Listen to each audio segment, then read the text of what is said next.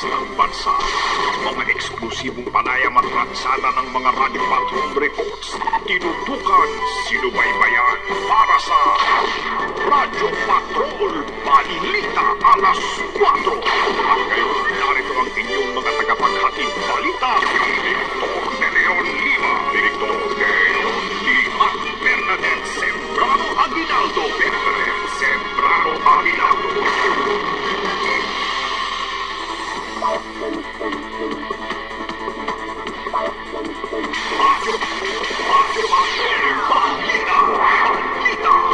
Ngayon ay Miyerkules, March 18, 2015. Sa mga balitang pang-headline ng Radyo Patrol. 15 pesos na aumento sa sahod matatanggap ng mga manggagawa sa Metro Manila simula sa Abril. Sinibak na SAP Director Getulio Peña sumarap sa clarificatory hearing sa Ombudsman. Appointment ni AFP Major General Edmundo Pangilinan inarang dahil sa nabiting paliwanag sa mamasapano. Pinoy, himok na balasahin ang gabinete dahil sa sumadsad na Trust Act approval ratings. Konseho ng Makati, suportado si Mayor Binay pero acting Mayor Peña tuloy ang trabaho. Dalawang konsehal pinagpipilian namang acting Vice Mayor. Dalawa patay sa sunog sa Malabon, mahigit 200 bahay natupok.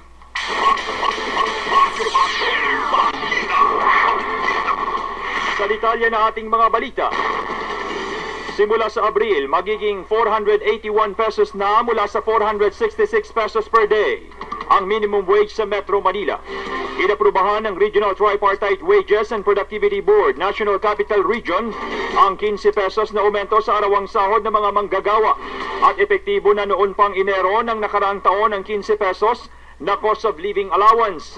Sinabi ni Department of Labor spokesman Nicon Famironag, 587 pesos o 587,000 minimum wage earners ang makikinabang dito na pawang exempted din sa income tax. Ikinonsidera sa desisyon ang pagtataas ng presyo ng mga pangunahing bilihin. Hindi naman kontento ang Trade Union Congress of the Philippines sa 15 pesos na inaprubahang aumento sa sahod. Hinamon ni TUCP President Alex Tanhusay ang gobyerno na ilabas ang ginamit na formula at ipaliwanag sa mga manggagawa ang pinagbasehan ng wage increase na tinawag niyang hindi katanggap-tanggap dahil laluan niyang nakita ang malayong agwat ng mahihirap sa mayayaman. Hirit ng TUCP na kung pagbabatayan ang pinakahuling pag-aaral ng NEDA, 136 pesos dapat ang wage increase dahil 1,200 pesos ang kinakailangang living wage allowance ng isang pamilyang may 5 miyembro. Aminado naman ang palasyo na hindi sapat ang 15 pesos na aumento sa sahod ng mga manggagawa sa National Capital Region. Pero sinabi ni Deputy Presidential Spokesperson Abigail Valte na mainam na ring nadagdagan ang minimum wage na aabot sa 481 pesos kada araw. Paliwanag pa ni Valte, tradisyon ng magkaiba ang posisyon ng mga labor at employers group sa kung magkano ba talaga ang dapat ibigay na dagdag sahod, kaya tungkulin ng wage board na balansehin ang posisyon ng mga ito. Sa ibang balita, humarap sa clarificatory hearing sa Ombudsman ang nasibak na SAP Director Getulio Peñas. Nais kasing linawin ng Ombudsman ang ilang nilalaman ng affidavit at naging statement ni Peñas. Ayon kay Attorney Vitaliano Aguirre, abogado ni Peñas, tumagal ng 3 oras ang hearing. Pero hindi ani ito bahagi ng anumang administrative o criminal complaint, kundi ilang paglilinaw sa mamasapan omission gayon din sa naging findings ng Board of Inquiry. Nagpresenta si Peñas ng 40 minutong surveillance video ng Mamasapano Field para pabulaanan ang mga alegasyong hindi napagplanuhang mabuti ang operasyon at tiwala si Aguirre na naidepensa ng general ang kanyang sarili. Ito na ang ikalawang beses na humarap si Peñas sa Ombudsman matapos ang unang pagharap noong Pebrero 6. Binigyan si Peñas ng hanggang susunod na linggo para magsumiti ng written statement sa Ombudsman. Sa panayam naman ng ANC kanina, ibinunyag ni Aguirre na nakipagkita si General Alan Purisima sa kanyang kliyente bago simulan ng Senado ang investigasyon sa Mamasapano incident. Pero ayon kay Aguirre, tinanong lamang ni Purisima kung sino ang mga tatayong abogado ni Peñas at hindi naman tinuruan kung ano mga sasabihin nila sa Senado. Samantala, kuha naman tayo ng update mula sa Ombudsman. Ibalita mo, Patrol 47, Robert Mano. Lumentro sa konklusyon ng Board of Inquiry Report ang naging clarificatory hearing ng Ombudsman at ng dating SAF Director na si Getulio Peñas. Ayon sa abogado ni Peñas na si Atty. Vitaliano Aguirre, isa sa kinlaro ng Ombudsman ay ang kawalan ng sapat na preparasyon sa Oplan Exodus.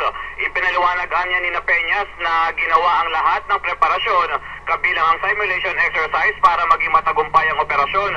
Pinabulakan din niya ni Peñas sa BOI report na sinabing walang abort criteria o plan. Sa katunayan niya ay nakalagay daw ito sa Oplan Exodus. Nilinaw din ni Peñas sa Ombudsman na hindi totoo na hindi sila pamilyar sa terrain sa Mamasapano. Kabilang naman sa mga dokumento na isinumite ni Peñas sa Ombudsman ay ang kopya ng Oplan Exodus na kanyang nilagdaan ng bawat pahina at ibinigay din niya ang PowerPoint presentation ng Oplan. Binigyan naman ng Ombudsman si Peñas ng panibagong listahan ng mga tanong na kanyang sasagutin at isusumite ang sagot na ito sa Ombudsman sa susunod na linggo. Ito ang Radyo Patrol 47, Robert Mano, ABS-CBN News, DZMF. Panawagan para ituloy ang investigasyon ng Kamara sa Mamasapano incident, lumakas pa. Ang bahaging ito hatid sa inyo na Ibalita mo, Patrol 35, John Ibanez. Nasa 120 kongresista na kumakalampag sa liderato ng Kamara na muli nang buksan ang investigasyon sa Mamasapano Massacre. Pumirma ang mga ito sa petisyon para sa resumption ng Kamara sa Mamasapano Investigation na bagamat ang minorya ang nagpasimula nito mula naman sa hanay ng mayorya na pawang kaalyado ni Pangulong Noynoy Aquino ang karamihan sa mga lumagda. Naniniwala ang mga ito na bagamat komprehensible na ang BOI at Senate reports, marami pang naiwang mabibigat na punto na kailangang malinawan bago tuloy ang isara ang issue ng Mamasapano. Kabilang dito, ang eksaktong partisipasyon ng Estados Unidos sa Mamasapano Mission, ngayon din ang pagkuha sa panig ng pamilya ng SAF 44 at kung may stand-down order nga ba ang Pangulo sa militar kaya hindi nagbigay agad ng tulong sa SAF o sa mga SAF Commando. Ang pagdami ng mga umihiling na resumption ng Mamasapano investigation ay kasabay din ang pagdami ng mga kongresistang nagigit naman na wag mo nang ituloy ang resumption naman ng BBL hearing sa ika-6 ng Abril. Sa ngayon, 51 na ang pumirma sa sulat kay Congressman Rufus Rodriguez para isang tabi ang timetable nito at tapusin muna ang Mamasapano investigation bago balikan ang BBL. Pero nilinaw naman ni House Minority Leader Ronaldo Zamora na hindi ito nangangahulugan na ino-hostage nila ang nasabing kontrobersyal na panukala. Mula sa Kamara, ito ang Radyo Patrol 35, John Ibanez, ABS-CBN, DZMF.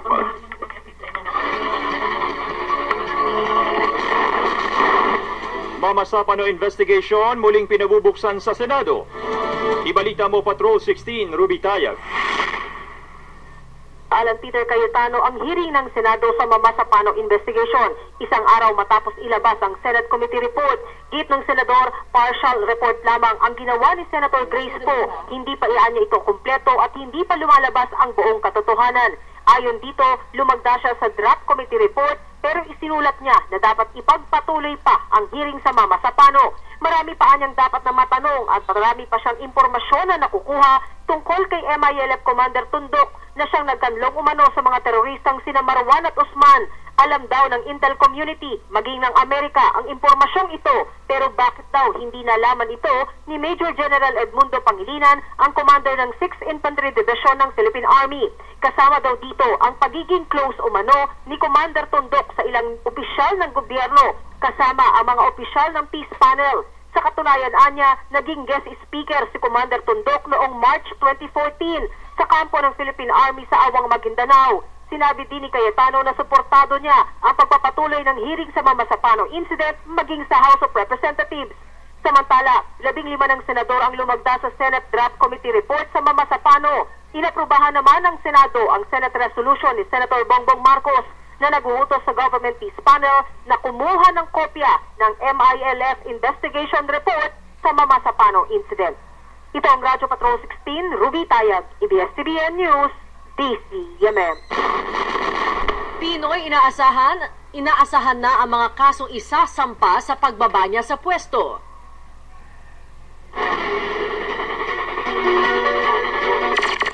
Ibalita mo, Patrol 31, Junry Hidalgo. Pinunya ng Malacanang sa pahayag ni former President Fidel Ramos na hindi malabong masampa ang reklamo si Pangulo Aquino kaugnay ng Mamasapano incident.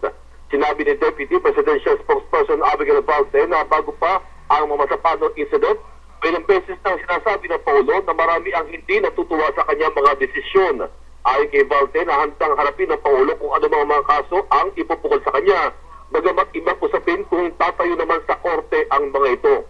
Hinggil naman sa git ni SBR na magsori ng Pangulo Aquino kung palpak na resulta ng Oplan Exodus upang mabawasan ang hinanakit ng taong bayan. Sinabi ni Valte na hindi pa nila ito natatalakay sa Pangulo. Mula sa Malacanang, itong Radyo Patrol 31, Junry Hidalgo, ABS-CBN News, DZMM.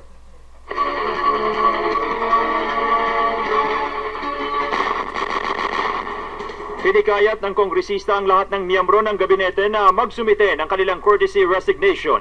Iti matapos lumagapak ang trust at approval rating ng Pangulo. Ayon kay Caloocan City Representative Edgar Erice, ito ang nakikita niyang mabisang hakbang para hindi masayang ang achievement o magagandang nagawa ng gobyerno. Kumpiyansa naman ang kongresista na makakabawi pa ang Pangulo kung magkakaroon ng malaking pagbabago sa mga katuwang nito sa pagpapatakbo ng pamahalaan. Sa kabila nito, wala namang plano si Pangulong Aquino na balasahin ng mga miyembro ng kanyang gabinete. Investigasyon ng AFP sa nawawalang baril ng 84th Seaborne ng SAF, tinapos na. Ibalita mo, Patrol 37, Edwin Sabidal.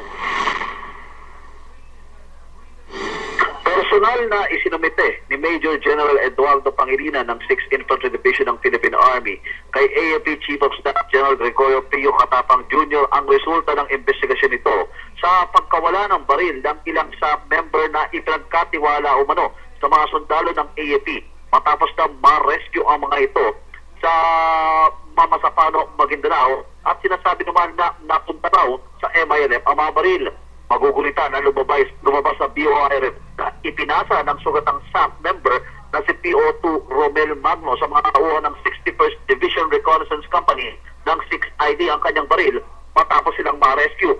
Ayon kay Lieutenant Colonel Hamid Cabunok, ang chief ng PAO ng AFP, bagamat hindi pa nila alam kung ano ang resulta ng investigasyon ng 6ID na kay PO2 Magno ng 84th Seaborne ang burden of proof sa naturang alegasyon.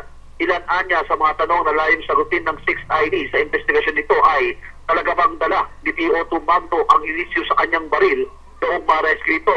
Posible bang nawala ang baril nito sa encounter site habang bitbit ang kanilang mga nasawing kasamahan? Ikatlong tanong, hindi anya magkatugma ang deklarasyon ni PO2 Magno na nawala ang nakakabit na M203 grenade launcher sa kanyang baril nang sila ay ma-rescue at sa pahayag nito na nakita niya ang kanyang baril na isa sa mga baril na isinauli ng MILF.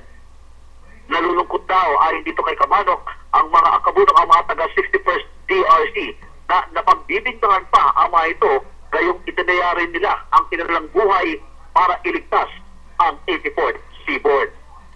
Ito ang Radyo Patrol 37 Edwin Sabidal, ABS-CBN News, DZMM. Susunod, hirit na house arrest kay dating Pangulong Arroyo, binuhay. Sa ating sports balita, People's Champ Manny Pacquiao sumalang sa sorpresang drug testing ng US Anti-Doping Agency. Ang detalye abangan sa pagbabalik ng paborito ninyong kasalo sa merienda, ang Radyo Patrol Balita alas 4. Po natin ay 4:17.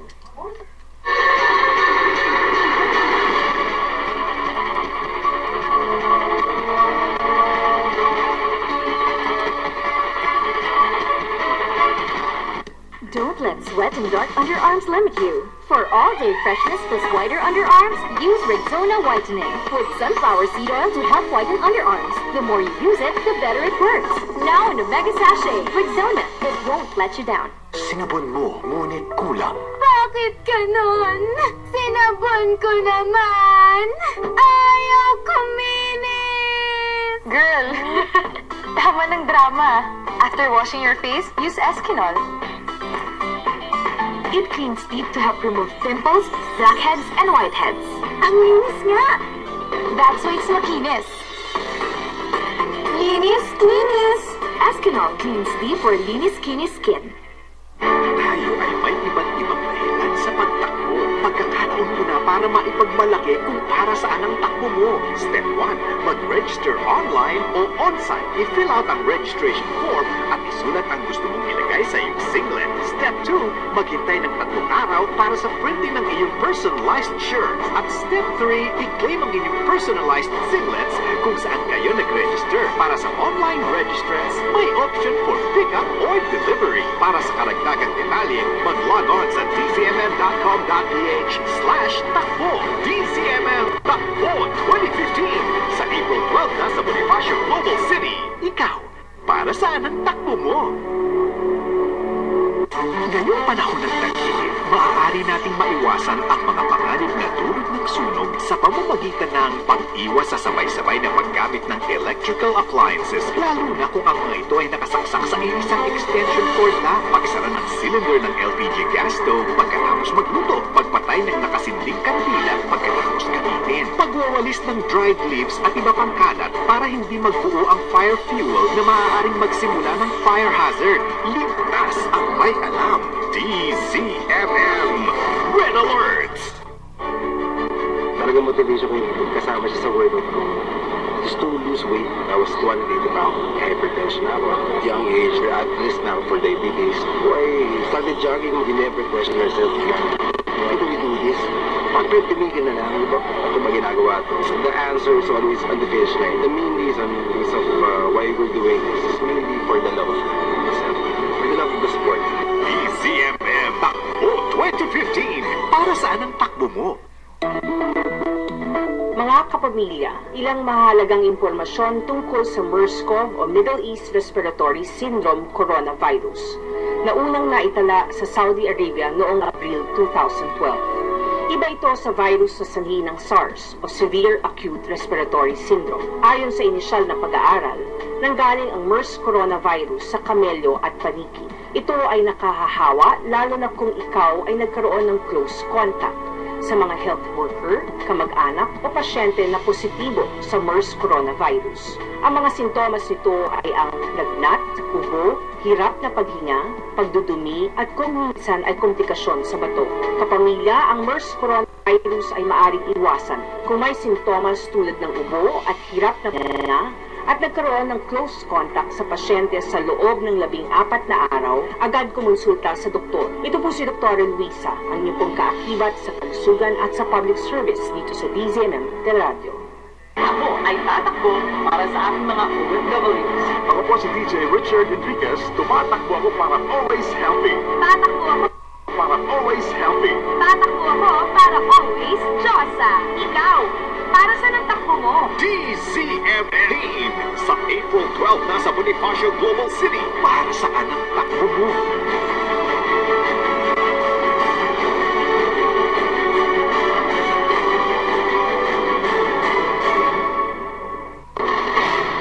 Sa ating ulat kalusugan, madali umanong magkahika ang anak ng mga buntis na nakakaranas ng depresyon. Dapat masaya palagi, oo. Sa pag-aaral sa Aarhus University sa Denmark na lumabas sa journal na Pediatrics, sinasabing maaring may kinalaman ang hormonal changes, environmental at genetic factors sa peligrong mag-develop ng asthma, kalaunan ang anak na nasa sinapupunan ng nanay nang ito ay makaranas ng depresyon. Isa pa sa mga teorya ng mga dalubhasa, maaring may kinalaman din ang pag-inom ng antidepressants ng buntis sa posibleng pag-develop ng hika ng kanyang anak. Bukod dito, may mga buntis kasi na kahit nagdadalang tao ay naninigarilyo pa rin kung depressed sila na siya nagpapahina naman sa pag-develop pa lamang ng baga ng anak sa sinapupunan.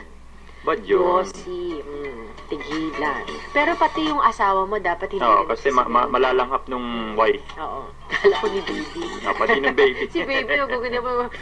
Nakita mo, nag-iipan si baby sa loob. Naku po. Yan po, ating ilang kalusugan.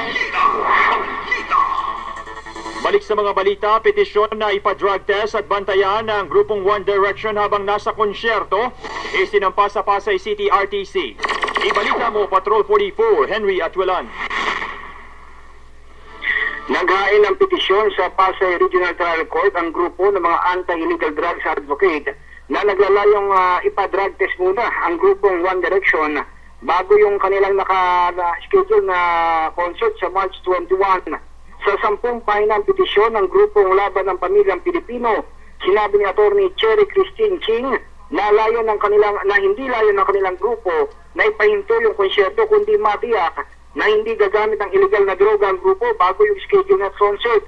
Sa hirit na temporary restraining order ng grupo na nakapaloob ang kahilingan na i-hold pansamantala ang grupo ng One Direction sa airport at suriin ang lahat ng mga gamit ng mga taga-PDEA at immigration at matiyak na walang dalang droga tulad ng marijuana kasama na yung pagbabantay sa mga ito habang nagko-concert upang matiyak na hindi gagamit na illegal na droga. Mga ito, ginamit ng grupo na basihan yung video sa YouTube kung saan inamit na isa sa mga miyembro ng grupo ng One Direction ang paggamit ng marijuana ilang oras bago ang kanilang pagko-concert na maaari namang maka-impluwensya sa mga kabataang Pilipino. Mula rito sa lungsod ng Pasay, ito ang Radyo Patrol 44, Henry Atuelan, ABS-CBN News, DCMM.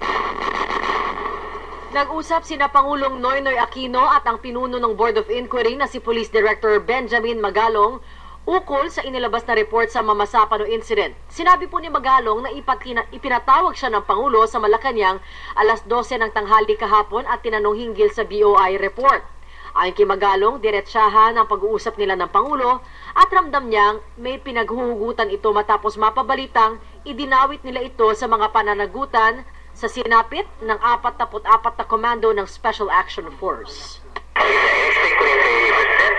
Sir, we never mentioned that you violated the chain of command. We just said that you exercise your prerogative to deal directly with John Peña. And that's the conclusion namin. Si Police Director Benjamin Magalong. Hinarang ni Senador Alan Peter Cayetano ang kumpirmasyon ni AFP Major General Edmundo Pangilinan sa Commission on Appointments Committee on National Defense. Ayon kay Cayetano, black eye na maituturing sa CA kung itutuloy ang kumpirmasyon kay Pangilinan dahil marami pa anyang mga tanong sa Mamasapano.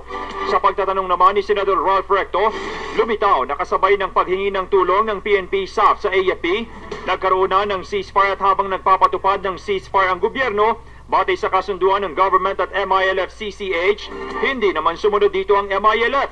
Maging si Congresswoman Rufus Rodriguez ay dismayado kay Pangilinan dahil hindi anya agad nagpaputok ng phosphorus. Lumilitaw anya na bagamat epektibo na ang ceasefire, malinaw na hindi sumunod ang MILF hanggang sa napatay na ang SAF members. Idinipensa naman ni Senador Antonio Trillanes si Pangilinan dahil mahirap anyang magpaputok ng kanyon kung hindi galing ang coordinate sa men on the ground. Inaprubahan naman ang hirit na executive session ni Rodriguez para makapagpaliwanag si Pangilinan. Itutuloy ang pagdinig sa kumpirmasyon ni Pangilinan sa June 11. Sa ibang balita, Makati Mayor Junjun Binay pumipirma pa rin sa mga dokumento kahit nanumpa si Vice Mayor Kid Peña. Ibalita mo, Radio Patrol Xander Cayabyab. Sa gitna ng tug of war ngayon sa pagitan ng dalawang mayor ng Makati, ipinakita ni Mayor Junjun Binay na siya pa rin ang pinuno ng burokrasya ng lungsod. Siya pa rin kasi ang lumalagda sa mga mahalagang dokumentong kailangan ng pirma ng alkalde, kabilang ang mga may kinalaman sa pananalapi at iba pang mga kontrata. Pinangunahan din ni Mayor Binay ang command conference ng kanilang City Disaster Risk Reduction and Management Council kasama ang mga kinatawan ng barangay. Giniit ni Binay na kahit hindi siya ang kinikilala ng DILG bilang mayor, ay may koordinasyon naman ang lahat ng departamento sa local government sa ilalim ng kanyang pamamahala. Kung ayaw daw siyang pakinggan ng DILG, ay wala siyang magagawa kundi tumupad na lang sa kanyang trabaho. Ito ang Radio Patrol, Sander Cayabyab, ABS-CBN News, DZMF. Susulat ang kampo ni Makati Vice Mayor Romulo Kid Peña sa Korte Suprema para humingi ng paglilinaw sa isyu ng pag-upong alkalde ng lungsod.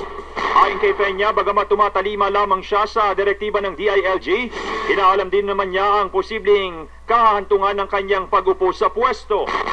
Samantala, dalawang konsihal ang pinagpipiliang maupo bilang acting vice mayor ng Makati.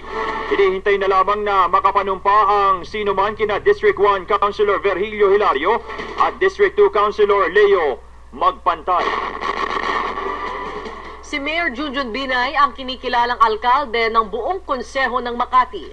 Ayon kay Councilor Mayat Uy, tumatayong tagapagsalita ng 17 konsehal ng lungsod, kinikilala nila ang rule of law. Kaya dapat manaig ang posisyon ng Court of Appeals sa ipinalabas nitong temporary restraining order laban sa suspensyon ni Binay. Dagdag ni Uy, umaasa silang dadalo pa rin si Vice Mayor Romulo Kid Peña bilang presiding officer sa sesyon ngayong hapon. Ituturing lamang anyang absent si Peña kung hindi ito sisipot ng sesyon. Umapila si One-Ba Party List Representative Silvestre Bello III sa House Justice Committee na aprubahan na ang kanyang resolusyon na nananawagan sa Sandigan Bayan ay sa ilalim na sa house arrest si dating Pangulo at Pampanga Representative Gloria Macapagal-Arroyo.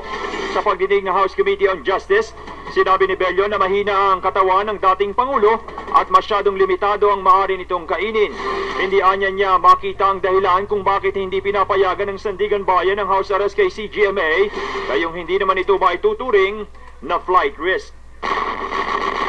Dalawang patay sa sunog na tumupok sa 250 bahay sa Barangay Tonsuya, Malabon City. Kinilala ang mga namatay na sina Lola Virginia Itak, 62 years old, at Lolo Agustin Ereste, 80 years old, na natagpuan sa loob ng isang drum. 4 na fire volunteers naman ang nasaktan matapos pagpapaluin ng mga residenteng nagtangkang agawin ang fire hose, kabila ang isa hinampas ng baseball. Binasag pa ng ilang residente ang windshield ng 2 fire truck. Sa inisyal na report, bandang alas 8 kagabi, nang sumiklab ang apoy at umakyat sa Task Force Delta ang alarma ng sunog. Umabot na halos 8 oras ang sunog bago naapula bago mag alas 4 kaninang madaling araw. Sports Balita. Sa ating sports balita, sumalang na sa drug testing ng US Anti-Doping Agency o USADA si People's Champ Manny Pacquiao para sa kanyang laban kay Floyd Mayweather Jr.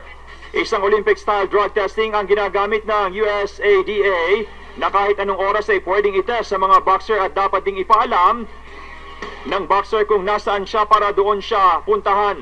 Matapos ng training, pinuntahan ng USADA si Pacman para kuhanan ng urine at blood sample. Magsasagawa naman ng drug test ng USADA hanggang sa linggo ng